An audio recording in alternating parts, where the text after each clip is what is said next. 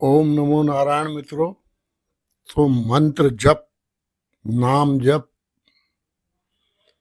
सिद्धियां, सकाम साधनाएं, बहुत बड़ा भ्रम। ये करूं, वो करूं, ये करने से नुकसान हो जाएगा, ये करने से ये हो जाएगा। इस तरह के बहुत से भ्रम हैं, क्योंकि हमें पता लग जाता है जब आपके प्रश्न आते हैं तो हमें पता लग जाता है। पहली बात देखो, यदि आपने गंभीरता से कोई आपकी समस्या है तो हाँ, उच्चारण, भाई ये उच्चारण इस प्रकार होगा, ये इस प्रकार होगा, मतलब इस तरह से इतना बड़ा भ्रमजाल फैला दिया गया कि इंसान करने वाला भी बेचारा डर जाता है। हालांकि जब समस्या होगी सामने तो इंसान को भजन करना पड़ेगा, लेकिन इंसान क्या है कि बेचारा भटक जाएगा। वो कहेगा ये करूं, वो करूं, कैसे करूं, उच्चारण सही नहीं हुआ। अब इतना बड़ा भ्रम है कि एक ही आदमी दसों महाविद्याओं को ज्ञाता हो रहा है। शंकराचार्य फेल कर दिए भाई। तो अपने को तो भैया बातें मनानी आती नहीं है। हो सकता है भैया हो दसों महाविद्याओं का ज्ञाता, लेकिन भाई ये भी बात है कि 10 महाविद्याओं का ज्ञाता हो गया तो वो तो फिर स्वयं भगवान का ही स्वरूप हो गया। उसे यहाँ यूट्यूब पे क्या करने की जरूरत है, आगे भाषण देने की। वो तो हमारे जैसे घटिया इंसान क्या, जो अपने इस संसार सागर के नरक में पड़े हैं, ऊपर आने की कोशिश कर रहे हैं। ये है बस। खैर, फिर भूत और फिर प्रेत और फिर इतना बड़ा महाजाल फैला रखा है, क्योंकि ये जाल अभी बढ़ेगा, ये जाल अभी बढ़ेगा। तो मेरे को तो भाई, मेरे जो फॉलोवर हैं, मेरे जो मित्र हैं, भाई मुझे गुरुजी मत कहना, क्योंकि मैं बड़ा घटिया सा इंसान हूं। फिर आपसे हाथ जोड़कर रिक्वेस्ट है, तो मुझे तो भाई उनको बचाना, उनके भरम दूर करना, और जो अपना रास्ता जितना भी हमने तय किया है, मान लो 100 किलोमीटर का रास्ता, उसमें हमने 1 किलोमीटर तय किया है या 10 किलोमीटर तय किया है, हमें तो मंजिल मिली नहीं है। उसके अनुभव आपसे बांट सकते हैं, तो बस वही अनुभव बांट रहा हूं। लेकिन इससे शायद आपका भरम जो है बहुत हद तक दूर हो जाएगा। अब ये भी भरम है जी, ये कीलित है, ये तो साइड इफेक्ट इसके हो जाएंगे तो ये मार ही देगा ये मंत्र। तो देखो, किसी भी सकाम साधना में, साधनाएं सकाम हैं, इस कली काल में कीलित किया गया है उनको। अब कीलित किया है तो उस चीज का असर आएगा। तो कलयुग के इंसान की सीमाएं पता थी लोगों को, जो हमारे महान आचार्य थे उनको सब पता था, वो त्रिकालदर्शी थे। तो उनको पता था कि कली काल में व्यक्ति इस तरह से गलत फायदा भी मंत्र का उठा सकते हैं, तो उन्होंने उसको कीलित कर दिया। अब यहाँ तो कीलित जो किया है, उनका कीलित किया हुआ है, उसके भी उपाय बता रहे हैं। लेकिन देखो, उसका सबसे बड़ा उपाय ये है कि किसी का नुकसान दूसरे का ना हो, आप अपनी समस्या से निकल जाओ, ऐसी यदि भावना आपकी है तो फिर सारे जो किलित जिस प्रकार किया है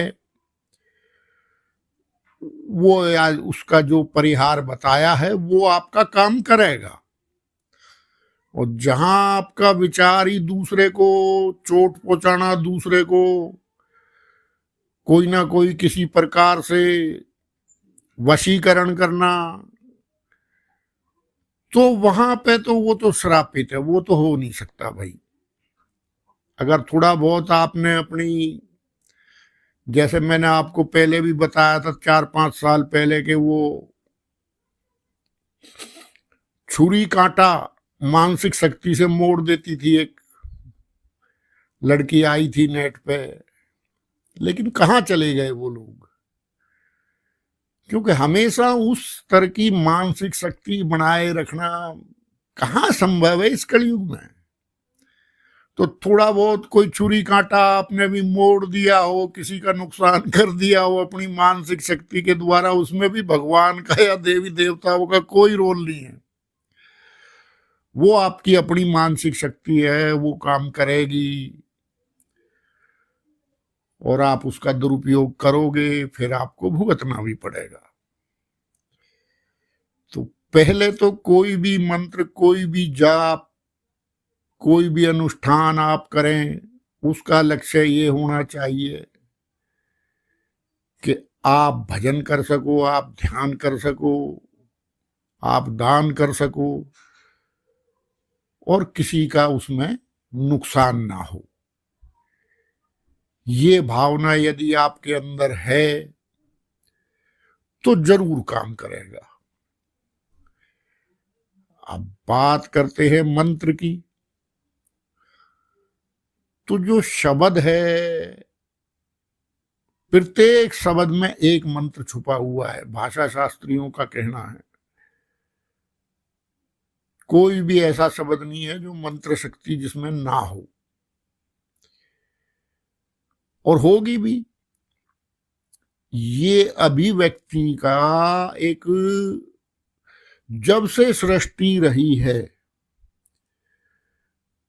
तब से मनुष्य की, इस बुद्धिमान प्राणी की अभिव्यक्ति का एक माध्यम जो है वो शब्द ही है। तो शब्द से आप जब जुड़ते हैं तो आप, जब से सृष्टि चली है तब से आप जुड़ जाते हैं। शब्द को ब्रह्म इसीलिए बताया है, ब्रह्मा जी ने सृष्टि रचाई है। तो ये है हमारा भारतीय शुद्ध नजरिया, बात कर रहा हूं मैं। तो अब जैसे शब्द एक अभिव्यक्ति का माध्यम है, तो उसके साथ फिर आपकी उसके परिणाम भी हैं, उसकी अनुभूतियां भी हैं। जैसे आपने किसी को अपशब्द कहा, तो शब्द तो कभी, ये तो अब साइंस ने भी सिद्ध कर दिया है कि शब्द तो इस ब्रह्मांड में ही रहता है ना, शब्द तो कहीं जाता नहीं। आप तो बोल के सोच भूल गए, तो उसका परिणाम भी अभी आप देख रहे हो और आगे भी देखेंगे आप कि कब क्या शब्द बोला था और कब क्या उसका असर हुआ। तो इसलिए अपने शब्द को सीमित रखिए। शब्द बहुत बड़ी शक्ति है। क्यों? मौन के आविष्कारक हैं हमारे जो जितने भी आचार्य हैं, जो भी हमारे पुराने दर्शन शास्त्री हैं, वो मौन रखते हैं। तो ये सब चीजें आपको शब्द की महिमा बताने के लिए है कि शब्द में वास्तव में शक्ति है। शब्द ब्रह्म है, ठीक है जी, और पार ब्रह्म तक जाने का माध्यम है। शब्द। तो ये ग्रह और ये समस्याएं, ये तो सब छोटी मोटी बात है। जहां आप सृष्टि बनाने वाले से जुड़ जाते हो, उसकी महिमा यदि आप जान गए, तो कोई ये समस्याएं जो हैं ये तो छोटी मोटी बात है। तो अब आपको किलित का, क्योंकि उसके पीछे मूल भावना क्या है, किलित क्यों किए? इसीलिए किए कि कलयुग का प्राणी एक दूसरे के प्रति प्रेम भाव ना रख के दुश्मनी का भाव रखेगा और उससे एक दूसरे को नुकसान पहुंचाएगा। तो उस चीज को यदि आपने रोक लिया तो स्वयं ही कुछ किलित नहीं हुआ। हर चीज के पीछे एक भावना तो देखोगे ना आप, कि भाई किलित करने की क्या आवश्यकता पड़ी।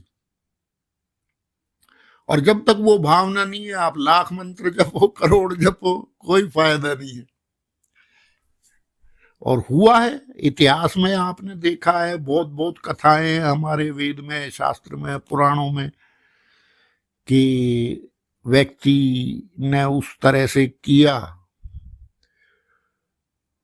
अनुष्ठान वगैरह और उसको उसका गलत फल प्राप्त हुआ।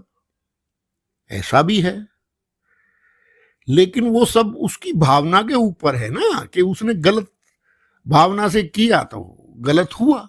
लेकिन जहां आप अपनी समस्या सुलझाने के लिए अपने पाप, पूर्व जन्म में किए हुए पाप यदि आपको सता रहे हैं, किसी प्रकार से कष्ट दे रहे हैं, उसको करने के लिए आप जाप करते हो, उसको करने के लिए आप दान करते हो, उसको बैलेंस करने के लिए कोई भी उपाय आप करते हो, तो वो तो आपके प्रायश्चित में आएगा। अब प्रायश्चित में आएगा तो समझ लो आप